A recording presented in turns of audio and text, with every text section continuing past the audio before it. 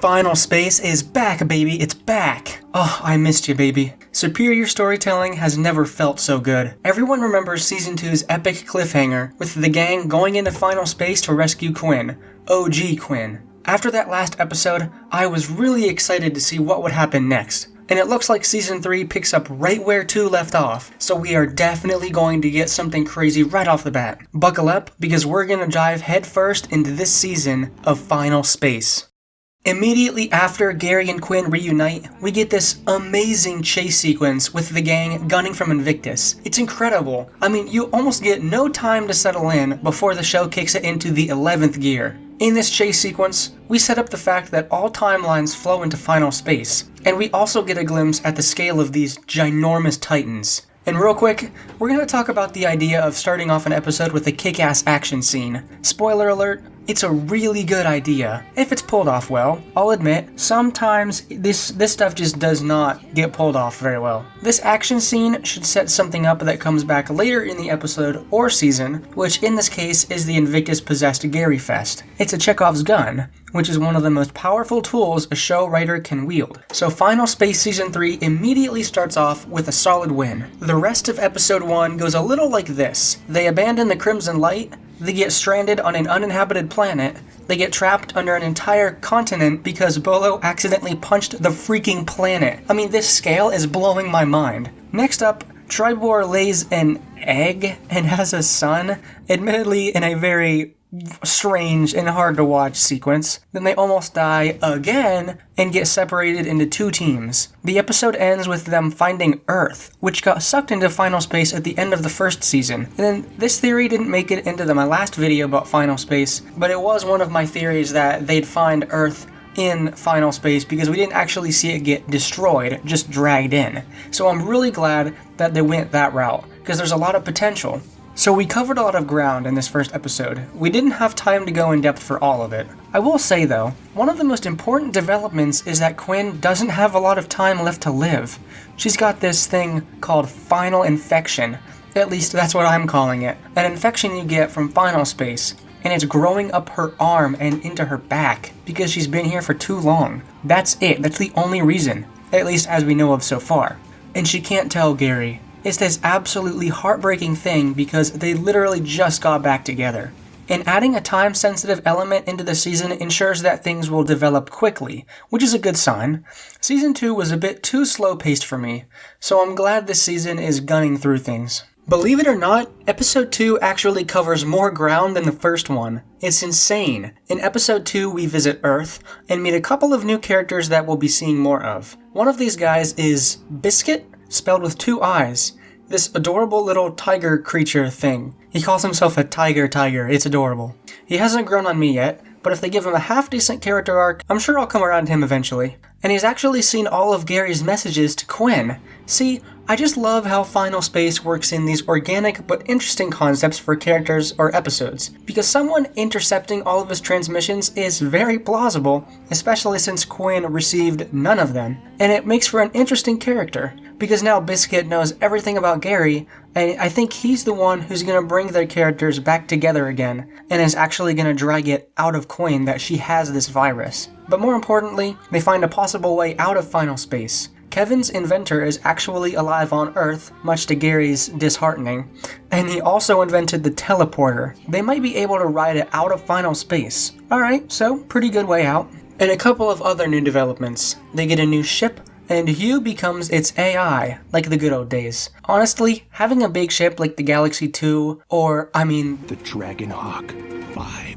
It feels like we have more room to breathe here. Thinking back on it, the Crimson Light was way too cramped and too dark for me too. The Galaxy 2 feels much better. Plus, Hugh is better as the ship's computer. As soon as he put himself back in, immediate change feels so much better, man. Episode 2 gives us a lot of good stuff. Oh my god, I almost forgot. The Lord freaking Commander is freaking back, baby. How I've missed this. He's the best character, and that's proven in Episode 3. I can't believe I almost forgot that. In Episode 3, we get to see how Invictus pulled Jack into this nightmare realm, and it's beautiful. We are suddenly back to the most classic Final Space can get, with the Lord Commander going after Mooncake. We actually learn in this dialogue that Invictus can be freed by Mooncake's hand, and that's troubling for our heroes. So far, this season is doing an amazing job at setting up future events, like the teleporter, and now Invictus being freed. It's something that's tough to balance in a story-driven show, but this series does it incredibly well. In this episode, the most important thing we learn about is Avocado's real backstory of the time he first met the Lord Commander, and we get a bombshell of a revelation. Little Cato isn't his real son. He's actually the son of the king and queen of Ventrexia, which Avocado killed. Avocado killed his parents. And that's going to have huge implications for the rest of the season. I mean, little Cato so far has only looked on his father with hopeful and positive eyes, but now things are going to get really shaken up when this gets out. I mean, see, I told you this show is amazing at setup. Anyway, that's where the episode ends, on a sad note. Whew, I mean, we sure covered a lot of ground in 3 episodes, didn't we? New ship, new sun, new hue, new antagonist. Everything is different, yet somehow everything's closer to Season 1, it's familiar. I do like how they're going back to more original story beats with the Lord Commander and Mooncake, etc. But they probably shouldn't lean into this too hard, because retreading too much can make the show predictable. For now, it's just the perfect amount of old mixed in with the new. And some of you asked me how I felt about Season 2 of Final Space 2, so I'll tell you this much. Not as narratively tight as the first season, but it's still pretty good. It's definitely better on rewatch. I don't love Clarence as a character, he's just kinda gross, I guess. His shtick got old quickly to me. Like, once they booted him off the show, every episode after that just felt more natural. He was really mucking up the dynamic, if you ask me. So Season 2 could have been better, but I'm still watching, so it obviously wasn't that bad. I also think they shouldn't have gone with the MacGuffin storyline. I'm not the first person to say this. You know, they found the keys and all that. I mean, it makes the show a bit too predictable and limited in its storytelling, if you ask me. I'll do a full season analysis if the demand is there. Just let me know down in the comments if you'd want to see that, because I'd be willing to do it. Well, that was my short review of Final Space Season 3, Part 1. Let me know in the comments which episode of this season is your favorite so far. Mine is definitely Episode 3, because it has a good balance of action, drama, characters old and new, you know how it is. Also, comment below what kind of outfit candles my avatar should wear next. Be sure to check out my Instagram for the full body sketch of today's outfit. Follow me over there for more questionable furry fashion.